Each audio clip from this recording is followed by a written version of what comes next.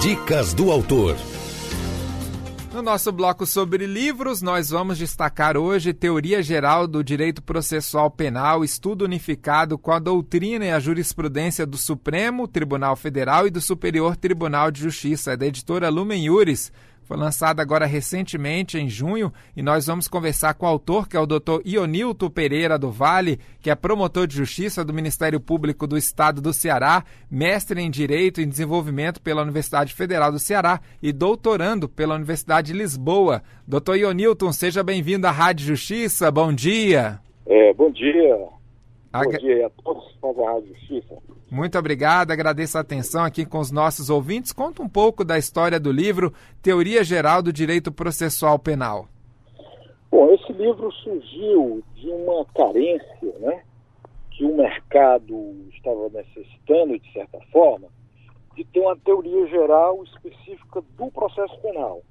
Como a gente sabe, nós temos vários livros sobre teoria geral do direito processual civil, mas do direito processual penal temos poucas obras.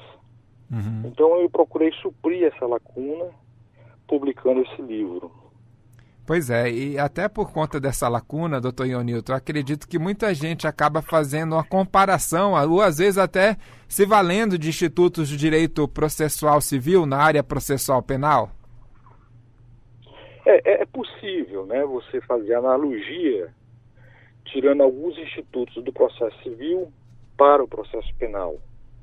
Isso aí não é vedado por lei, né? Não é vedado pela hermenêutica jurídica moderna. Mas é interessante que nós tenhamos uma hermenêutica voltada exclusivamente para o direito processual penal. E aí, como é que o senhor fez a divisão desse trabalho no livro, doutor Ionilton? A gente procurou abordar os temas inerentes à teoria geral do processo, em primeiro lugar, né, colocando aí o conceito do direito de punir, o jus puniendi, né. Depois avançamos um pouquinho sobre o direito processual penal em suas finalidades e características e passamos até a sentença penal, né. Fomos até a sentença penal, passamos praticamente por toda aquela parte do Código de Processo Penal, que vai até a sentença penal 387 do Código de Processo Penal. Então, isso aí é um resumo, né? Um resumo mais voltado, mais uma teoria geral, não um manual específico de direito processual penal. Pois é, nos manuais e até nos cursos, né, de direito processual penal, nos livros, como os autores pretendem ali passar por praticamente toda a matéria, essa parte da teoria geral, ela às vezes tem um destaque, digamos, menor, não é tão aprofundada. E acho que num livro como esse tem como ter discussões mais aprofundadas sobre a questão. Pois não, claro. Nós discutimos, por exemplo, as questões inerentes à ação penal e principalmente a relação entre o direito processual penal e a Constituição Federal. Porque a Constituição Federal ela está no ápice do sistema e ela está, né, consagrando todo o sistema normativo. Quer dizer, o sistema normativo só vai ser válido a partir do momento em que a Constituição Federal ela recepciona as normas que são infraconstitucionais. E nesse ponto aí a Constituição Federal toma um relevo extremo, principalmente em termos de direitos fundamentais, né, os direitos do indivíduo, os direitos inalienáveis, aqueles direitos básicos, né, como direito de primeira, segunda, terceira geração, como querem alguns. Então procuramos dar um enfoque também nessa parte aí relacionada à interação entre o processo penal e o direito constitucional, especial os direitos fundamentais. Até porque hoje, né, doutor Ionilton, eu vejo e percebo na Rádio Justiça os autores praticamente de todos os ramos fazendo essa interpretação da própria Constituição para a legislação, praticamente em todas as áreas do direito, né? A gente percebe no direito civil, administrativo, penal, enfim, uma interpretação já conforme, digamos, a nossa Constituição. Perfeitamente, porque tudo tem que gravitar, não é, em torno da Constituição, porque senão ela se torna, como disse La Salle, uma folha de papel em branco. Uhum. Quer dizer, a Constituição ela tem que ter um conteúdo normativo. Então hoje nós estamos passando do Estado de Direito para o Estado Constitucional de Direito. E isso é exatamente a junção de direitos e garantias. Porque se nós só temos direitos, mas não temos as garantias que circundam os direitos, né, dando validade e eficácia a esses direitos na realidade eles são esvaziados. Uhum.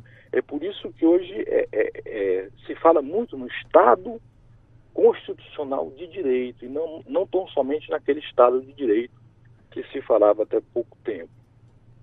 Então, por isso, daí a importância, né, tão fundamental da Constituição Federal para que ela não se torne, por exemplo, como o Estatuto da Criança e do Adolescente, como a Lei de Execução Penal, enfim, tantas normas, né, que com o passar do tempo foram esvaziadas por força de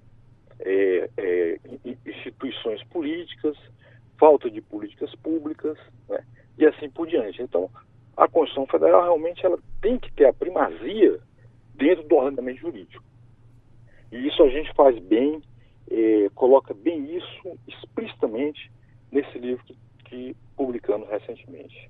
Doutor Ionilton, a gente acompanhando aqui na Rádio Justiça e divulgando também, né, decisões do Supremo Tribunal Federal, do Superior Tribunal de Justiça, percebe que em muitos casos práticos, né, há incidência de precedentes judiciais, mais ainda para os casos práticos. E quando fica numa questão teórica, é só pegarmos, por exemplo, o Código Penal, olhar na parte especial, tem muita jurisprudência, já na parte geral já se diminui um pouco.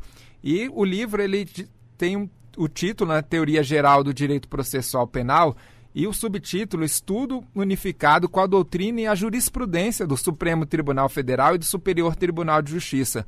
Eu gostaria que o senhor contasse aqui aos nossos ouvintes como é que foi esse trabalho da jurisprudência, de coletar essa jurisprudência do Supremo Tribunal Federal e do STJ. Olha, esse trabalho já havia sido feito no meu segundo livro, que é exatamente os princípios constitucionais na visão do Supremo Tribunal Federal. Então nós procuramos aí interpretar cada princípio constitucional penal, processual penal, sob a luz do Supremo Tribunal Federal. Então, esse trabalho já havia sido desenvolvido desde 2009, com o lançamento desse livro pela G-Método, né, pela editora Método. Então, nós continuamos essa mesma linha de raciocínio, mesma linha de trabalho, porque nós entendemos que hoje, no Brasil, apesar de se dizer que nós somos da família Civil Law, o Brasil está enveredando pouco, lentamente, para a família Common Law. Uhum. Cada vez mais os juízes em tribunais invocam a autoridade, né, dos tribunais superiores, em especial o Supremo Tribunal Federal, o Superior Tribunal de Justiça, que tem, inclusive, lançado súmulas vinculantes, o primeiro, né, Supremo Tribunal Federal, que obriga a administração pública, até mesmo o Poder Judiciário, a seguir aquelas orientações ditadas pela súmula vinculante. Então, nesse ponto, o papel da jurisprudência, para alguns autores, ela se torna até fonte do direito processual penal. Nós temos autores de renome, como Norberto Avena, por exemplo, que coloca aí a jurisprudência como fonte do direito processual penal, o que há pouco tempo era um assunto um pouco controvertido. Exatamente, pontos interessantes. E eu gostaria de saber também, doutor Ionilton, por esse estudo, né, Teoria Geral do Direito Processual Penal, que é o livro, como é que fica a sua opinião, até por conta da atuação na prática mesmo, de muitos processos penais, né? Como é que fica essa aplicação, digamos, efetiva do processo penal brasileiro em casos práticos, né? Porque hoje a gente divulga muitas operações de repercussão nacional, até voltadas na área de corrupção, formação de organizações criminosas. Enfim, tem muitos críticos da área do direito que falam não respeitam o nosso processo penal, não respeitam a nossa Constituição. E já que o senhor pôde se debruçar e trazer algumas reflexões nessa área da teoria geral do direito processual penal, como é que o senhor vê a aplicação prática hoje no nosso país do processo penal? Olha, nós vemos o seguinte, nós temos mecanismos para deter qualquer arbitrariedade de poder, né? Ou seja, nós temos, por exemplo, a questão do excesso de prazo. Então, um processo deve durar um determinado prazo. Em passando desse prazo, o interessado entra com habeas corpus, ou mesmo o juiz relaxa a prisão, né, de ofício. Nós temos hoje a liberdade provisória como sendo a regra, né? A prisão preventiva, a prisão segregação cautelar como sendo a exceção. E nós temos aí uma série de garantias que o indivíduo goza, né, diante dessa interação que eu já falei, Constituição, processo penal. Então eu vejo que na prática, realmente os operadores do direito, eles estão com um viés bastante garantista de tornar o processo penal não um instrumento de aflição para aquele que responde uma ação penal. Porque já dizia Afrânio da Silva Jardim que só o fato de estar respondendo uma ação penal, isso por si já é uma pena. Ou seja, então já introduziram uma quarta condição da ação, que é a justa causa. Então, se não existe a justa causa, para alguns doutrinadores, então aí é passível de trancar-se, né, a ação penal. Então eu vejo que na prática, pelo menos os colegas do Ministério Público do Estado do Ceará, eles têm se pautado muito pela legalidade, né, e se pautado muito por essa questão de respeitar, né, prazos, respeitar os direitos do acusado, os direitos da pessoa que está respondendo realmente uma ação penal. O senhor falou, né, que até hoje em dia é se voltado mais, a gente percebe exatamente isso, para um Estado garantista, até pelo que consta da nossa Constituição e da nossa legislação. Agora, o Estado garantista, ele também é um Estado que acaba revelando o outro lado da sua face, um Estado voltado para a impunidade ou não, doutor Ionilton? Olha, é uma discussão eterna, né? Nós temos o movimento Lei e Ordem, que começa nos Estados Unidos com a teoria da vidraça quebrada, em que pequenos ou mínimas infrações devem ser reprimidas. E, por outro lado, nós temos uma doutrina que começou com Ferrajoli, na Itália, e que conseguiu, a grande maioria dos adeptos de Ferrajoli é aqui na América Latina. Ele não é muito seguido na Europa, né? Não é muito seguido nos Estados Unidos. Mas na América Latina ele tem um grande número de seguidores. Então, nesse binômio, né, garantismo versus lei e ordem, eu acho que deve prevalecer o garantismo penal e o garantismo processual penal. Porque, nesse caso, é melhor a gente ter, né, um inocente, certo?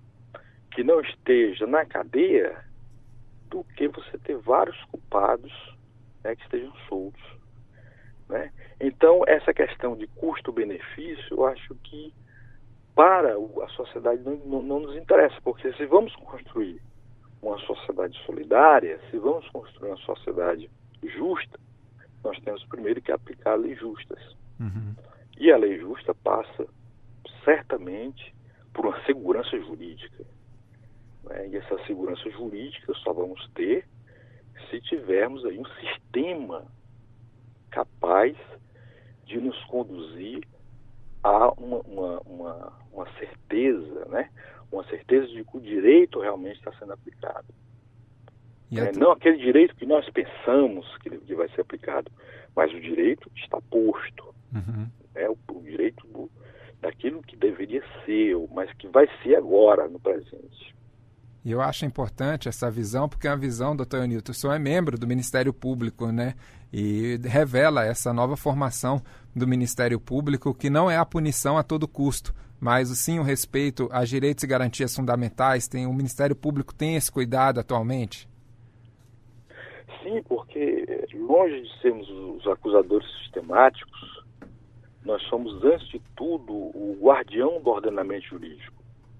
Então, o artigo 127 da Constituição Federal coloca o Ministério Público como guardião indisponível desses direitos e liberdades e garantias individuais. Então, jamais nós podemos nos arvorar, né, de acusadores. Não somos acusadores. Uhum. Nós somos aquilo que o Torinho Filho, emérito doutrinador, chamava de parte instrumental do processo. Ou seja, o Ministério Público é parte, mas além de ser parte, ele também fiscaliza a lei. Uhum. E nessa fiscalização da lei, ele pode inclusive pedir absolvição do acusado, se ele entender que assim deve ser, em relação às questões de direito público, como prescrição, decadência. O Ministério Público deve suscitar essas questões, né? Deve sempre estar atento, né, para essas questões de ordem pública, né, para que o jurisdicionado não sofra nenhum prejuízo. Então, o Ministério Público jamais, ele está avançando muito, né? Nós estamos avançando muito nesse campo. Então, não existe mais aquela figura do acusador sistemático. Pelo contrário, nós estamos ainda avançando por uma espécie de uma discricionalidade relativa. Uhum. Né? Ou seja, o Ministério Público tem realmente um poder dentro da sociedade. Ele não é um quarto poder, ele não é um poder, mas ele tem uma parcela da soberania do Estado. E como possuidor dessa parcela de soberania, ele deve exercer com muito cuidado, uhum, assim como todo poder, né? Existem os freios e contrapesos, assim, aquele sistema de checks and balance. Então, o Ministério Público tem que, cada vez mais, ele assume essa função de guardião da sociedade, guardião dos interesses difusos, interesses coletivos, do guardião dos idosos, do guardião dos hipossuficientes, né? E assim por diante. Essa é a visão que eu tenho do parquê, né, do Ministério Público brasileiro. Nós estamos no nosso quadro Dicas do Autor falando sobre o livro Teoria Geral do Direito Processual Penal. O lançamento agora foi em junho, doutor Ionilton. Conta um pouquinho desse lançamento do livro. Olha, o lançamento do livro foi na Escola Superior da Magistratura. Eu tive a grata satisfação do desembargador Teodoro Silva Santos, que também faz parte aqui da nossa academia, uhum, que é mestre, professor de Direito Processual Penal, que também tem vários títulos, apresentar a obra, né? Então ele fez a apresentação da obra e também fez a apresentação oral da obra no lançamento deste livro. Então, um livro que está sendo muito bem recebido, né? Esse já é o 4º livro que lançamos, individualmente, temos outros 2 coletivos, uhum, né? Temos uma coleção aí de doutrinas essenciais do processo penal, nós colaboramos com o artigo, e temos uma coleção aí de saberes jurisprudenciais do Luiz Flávio Gomes, também colaboramos aí com alguma tipo de contribuição científica. Mas esse livro aqui é nosso 4º livro individual e que foi bem recepcionado, né, de uma forma geral, regional, e acredito que nacionalmente ele está também tomando aí uma dimensão que eu não esperava que ele fosse ter. uhum. É o livro Teoria Geral do Direito Processual Penal, estudo unificado com a doutrina e a jurisprudência do Supremo Tribunal Federal e do Superior Tribunal de Justiça. É da Lumen Iuris, foi lançado agora em junho, e nós queremos agradecer o doutor Ionilton Pereira do Vale, promotor de Justiça do Ministério Público do Estado do Ceará, mestre em Direito e Desenvolvimento pela Universidade Federal do Ceará e doutorando pela Universidade de Lisboa. Doutor Ionilton, obrigado pela gentileza em atender o nosso convite, participar ao vivo aqui na Rádio Justiça e trazer todas as informações sobre a obra. Eu que agradeço a atenção. Muito obrigado. Bom dia. Muito obrigado. Um bom dia. Ótimo final de semana.